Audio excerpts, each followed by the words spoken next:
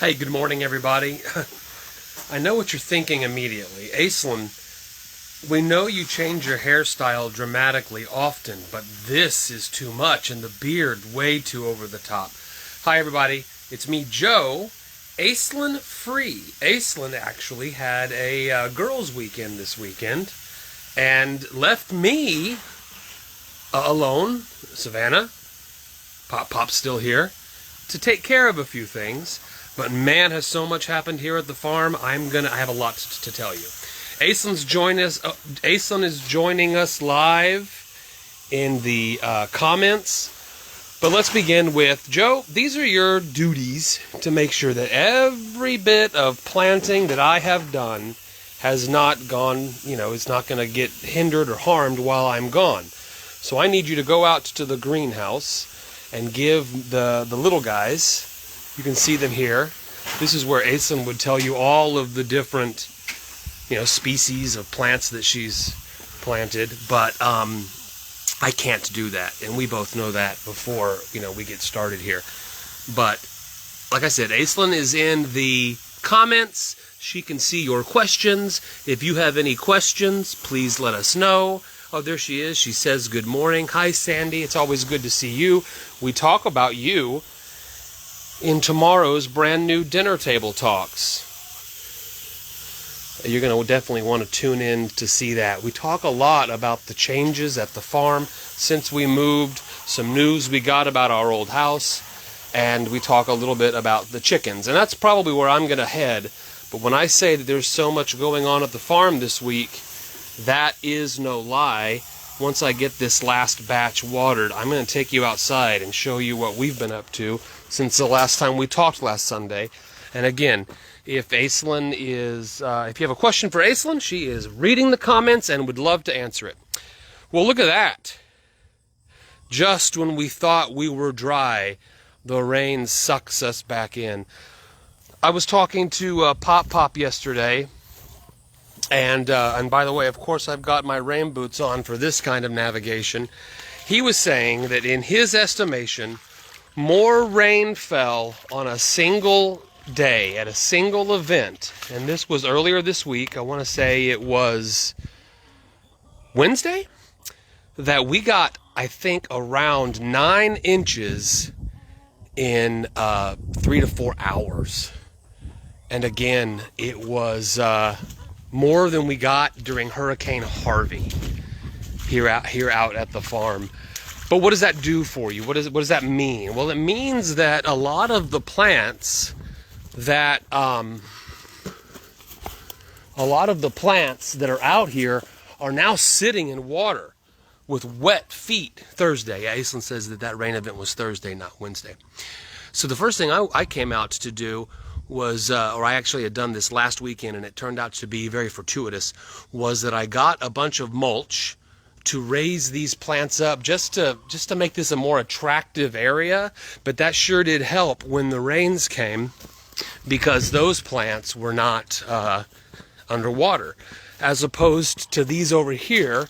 This area around the chicken coop really is holding some good water, but these guys were all, had their feet in the water. So I came out after the rain and put some mulch in to get those plants up out of the water. But this is a really interesting place to stand. Usually we have a couple of chairs out here, and while Aislynn was out on her girls' weekend doing some vintage and thrift shopping, she picked up some really great chairs to put right here. But from this vantage point, you can kind of see a couple of projects in progress. This is one of her large hugelkultur beds that she's covered in plastic.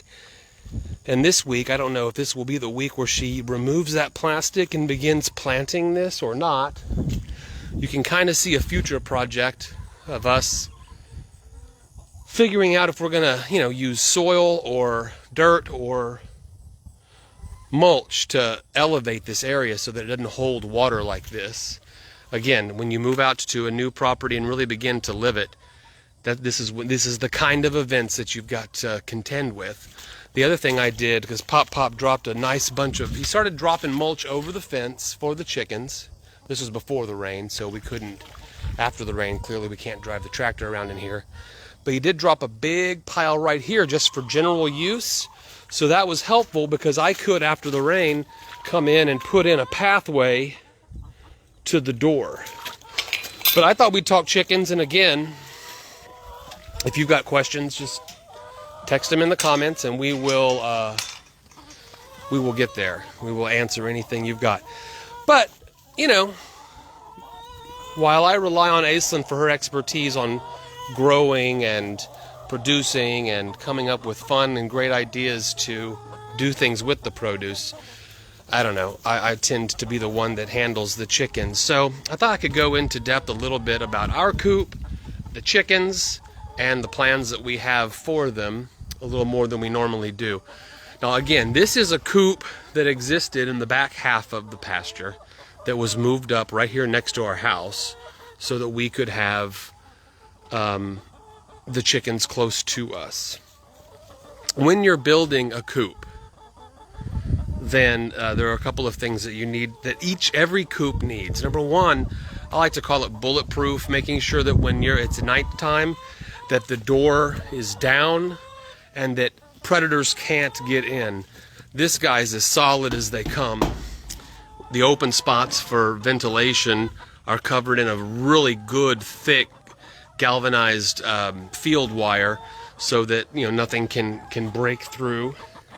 And once you're secure that your chickens are in a safe place overnight, then, you know, it's basically like you have a dog. They need water and they need food. Now this handy dandy little feeder means that I can put food in it and not have to worry about their food for many, many days. They just eat right there out of the bottom of the tube.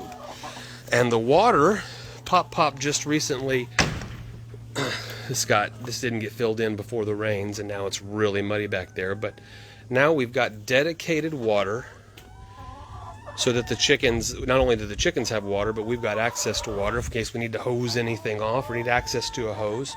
But that's their water there. It runs on a valve, a pump valve, a float valve, so that when the water gets too low, it fills back up again. With the rains, it's overflowing with nice clean rainwater, so kind of turned that off for now. And then food. So I always keep 2 trash cans, one for feed, one for scratch, and then of course we've got our slop bowl, which gathers 100% of all of the food waste in our home so that we're never throwing any food into a landfill. The food is chicken feed offset and helps with not just the price of chicken feed, but also making sure that the chickens have a very well-balanced diet because they're eating all of the leftover lettuce and the leftover tomato cuttings and the leftover banana peels. And I come and I drop it in this bowl in the morning. Now they've done a pretty good job since yesterday morning, but over in this corner, we're creating kind of a makeshift compost area. So what I'll do is I'll dump that feed bowl out in the morning because they've kind of done what they're going to do with it. Drop it, and I've got some leftovers here that may be their very favorite thing to eat, and that's some rice that we didn't get eaten. Oh, they're going to go nuts. I mean, I really could quit talking and just show this because, I mean, this is just... Get our 2 new chairs out there. This is primo chicken TV, primo farm TV, primo backyard TV. So if you're doing a count, you should catch 12, because that's what we're up to in our adult chickens. 11 hens, 1 rooster, Nimrod there in the white in the back, overseeing. I notice he doesn't bully. I notice he doesn't take first dibs on food. He lets the ladies go. Now, there will be no leftovers for me to dump into the compost pile of the white rice, or if I had cooked pasta. We feed our chickens everything. There's a couple things we don't feed them, and that's uncooked rice pasta, because that could swell up inside their belly and get them sick. But cooked rice, cooked pasta, like I said, it's their very favorite thing to eat. Oh, you see that? This is Kate Moss, the white slim chicken. She just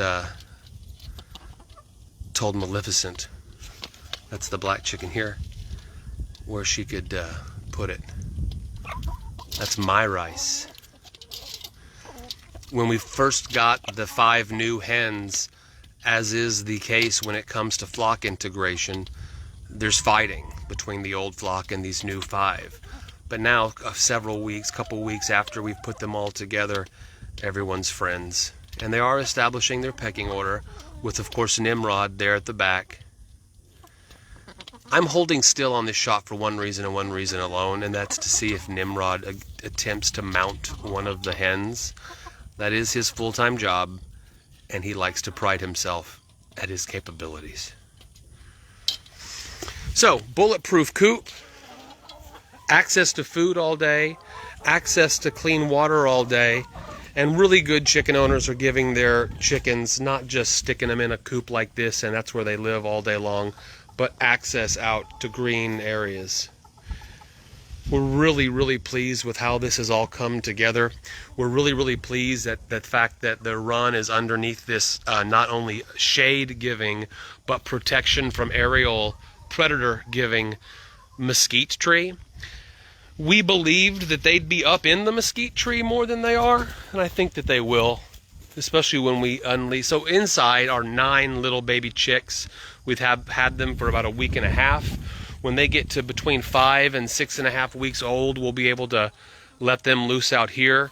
There will be another flock war as the new chickens are ungraciously picked on. But again, after a week or so, they'll all settle in and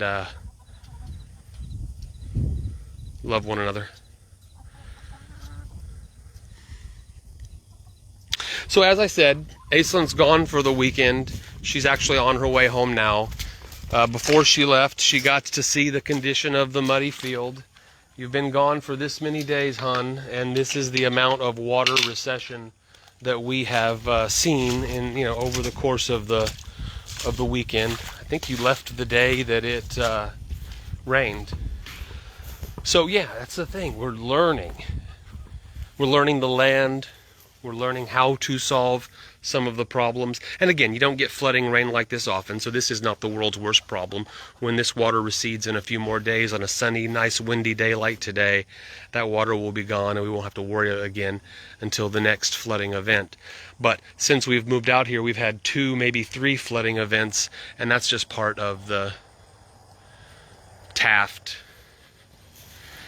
kind of microclimate. It gets more rain and certainly more wind, which is the reason why the wind farm makes its way around this area. Windy, but man, what a gorgeous day. All right, we wanted to make sure that we had an update for you, even though Aislynn was on the road. I think it's always fun to spend a little extra time on the chickens and the chicken aspects of what we do here. I guess I'll leave you with showing you the baby chicks and kind of go over that setup. It was a great conversation we have in tomorrow's new Dinner Table Talks, which you can catch at dinnertabletalks.com, where we've learned the identity of who's going to be moving into the house that we just moved out of. The house that was the highlight, the backyard was the highlight of over a year's worth of Aislynn's weekly videos. And I was explaining to the new tenant that he has, because he wants chickens. That's why we were talking. He's like, I see what you've done there. I see the chicken coop. I see the gardens. I'd like to begin some conversations on how, to do it all. I told him that he has a choice. Buy already adult chickens and buy, or you could buy day-old chicks like we've done. 8 chicks here, 8 plus the 12 outside gets our flock to 20, which was our goal. Now, why are they in this wire-covered box? Well, this is called a brooder box. It's got a heat lamp, which is critical because for the first 5 to 6 weeks of a chicken's life, their temperature needs to be regulated as if they were in the wild under the warmth of their, doting mother. So the heat lamp is suspended above the brooder box, raised every week, every 7 days or so, to keep a very specific temperature. They, like the other chickens, need fresh, clean water all the time. It's time to put a little more food in their bowl. That's their food. And then, of course, baby chickens also need grit Now, the adult chickens get grit, which are small little pebbles, flakes of hard material when they're pecking around on the ground. But in a controlled environment like this brooder box, you want to add grit, like sprinkle it like salt on a meal. There's a little pieces of little insoluble granite that they get into their gullet, into their neck whenever they're eating. And it's that gravel, that grit that chickens pick up outdoors or can pick up like this artificially that helps them digest their food. It's a critical part of their digestion. So I'm going to shut the camera off. I'm going to fill up their food bowl, and then I'm going to continue with my chores. Aislynn, I can see that you are still there. You're happy about the news that we've met the people that are going to live in that space that we inhabited for, gosh, almost 8 years. And that the gardens and the chicken coop that we left behind will be put to good use as we move onward and upward with bigger projects, bigger dreams, and a lot more fun work. Don't fear, next week, Aislynn will be back. That's the face that you want to see, and we both hope that you have a fantastic week. See you next time.